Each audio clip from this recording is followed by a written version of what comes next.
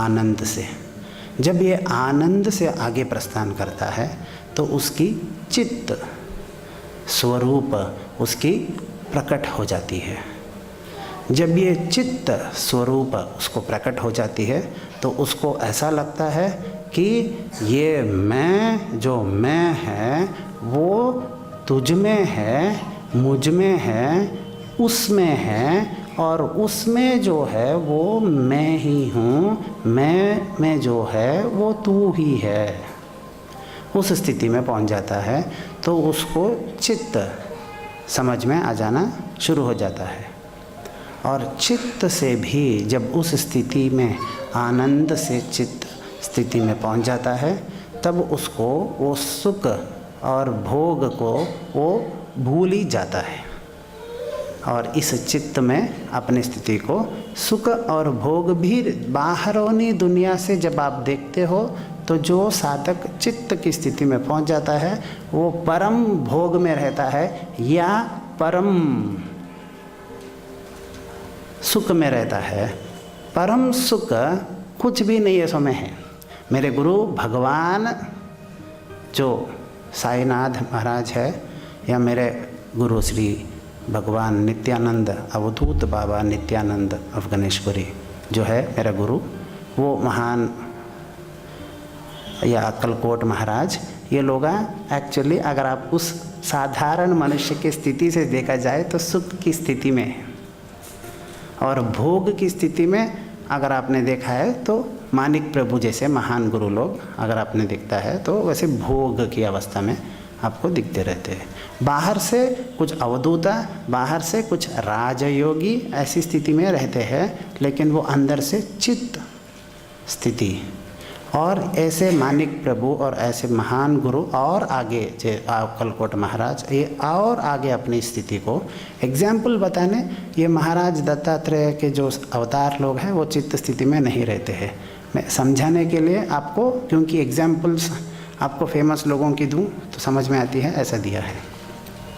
और आगे ये महान लोग आत्मा की प्रस्थान कर चुके थे और उस महान आत्माएं सत्य लाइट, ये चित्त की उत्पत्ति कहाँ से हो रही है, उस उत्पत्ति स्थिति सत्य लाइट रोशनी से स्थिति को अनुभूति कर लेते हैं।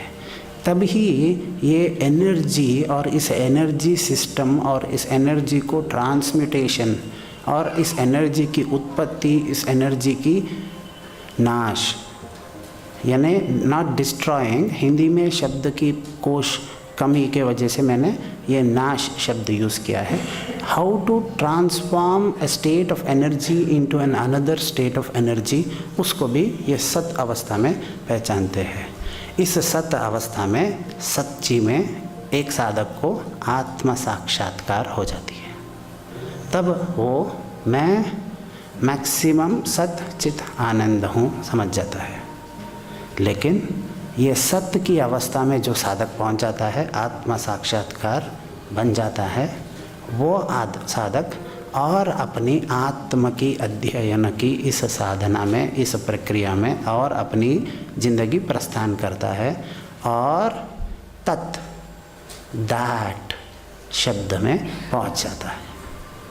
और तत् में जो पहुंच जाता है वो इस सत्य को भी छोड़ देता है और उस तत्व में जो स्थिति, जो स्थापना अपने आप को स्वयं से कर देते हैं, वही ये परम शिव स्वरूप हो जाते हैं, आत्मज्ञानी हो जाते हैं। ये तत्व that I am is in me, I am is in you, I am is in that and that is in I am। हर इंसान मैं, कोई भी शब्दकोश उसको दिन में मैं से शुरू होता है, मैं से ख़त्म होता है। और कोई भी जानवर को भी एक ही भावना जागृत रहती है, मुझे, मैं। सारे चीज़ों में एक ही पल्सेट को हिंदी शब्दकोश में आप क्या कहते हो, ये संपूर्ण तरीके से मुझे पता नहीं है, लेकिन जो आपके नाड़ी धड़कती रहती है तो वैसा पल्सेट होती रहती है। हर आदमी, हर जानवर, हर चीज़ में इस मैं धड़कते रहता है। और इस में आई am in you, I am is in me, I am is in you, I am is in that, ये दैट तत्व स्थिति में ये जो आदमी सत्य स्थिति को क्रॉस करता है उस अवस्था में क्या पहुंचता है। तत्व स्थिति में एक इम्पॉर्टेंट स्थिति है, क्योंकि सत्य में लाइट, जहाँ से चेतनता आई है, जहाँ से इस सृष्टि की उत्पन्नता हो रही है, जहाँ पे इस सृष्टि की चलन हो रहा है, वो सब समझ में आ जाती है।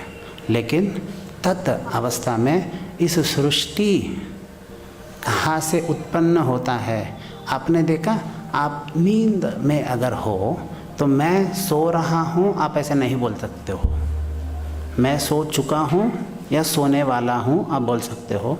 नींद में the objective consciousness of your system is lost. आपकी पहचान करने वाली उस स्थिति नहीं रहती है। पहचान, सत्य चित्त आनंद अवस्था में उस पहचान रहती है। मैं आई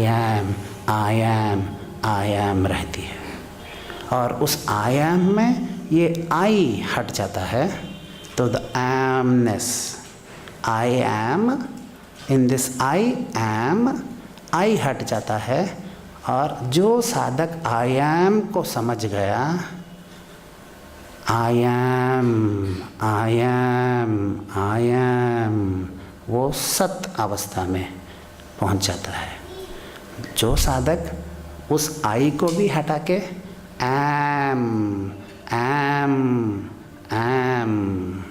यानी मैं और मेरा में जो अंतर है, अगर आपने देखा है तो मैं और मेरा में एक भावना है जो जोड़ती है आपको किसी चीज़ से। मेरा उद्देश्य समझ में आ रहा है? तो ये मेरा जो समझते हैं आप, उसमें मैं निकाल दी तो बच गया रा।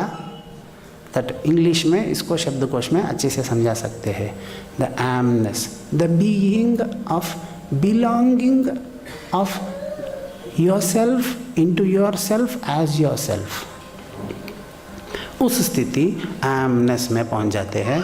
तब ये आई शब्द नहीं रहता है, तब ऑब्जेक्टिव कॉन्शियसनेस चले जाने के वजह से दैट बोलते हैं। क्योंकि आई एम, मेरा, मेरी, उसमें भी आपको स्थिति, अनुभूति रहती है।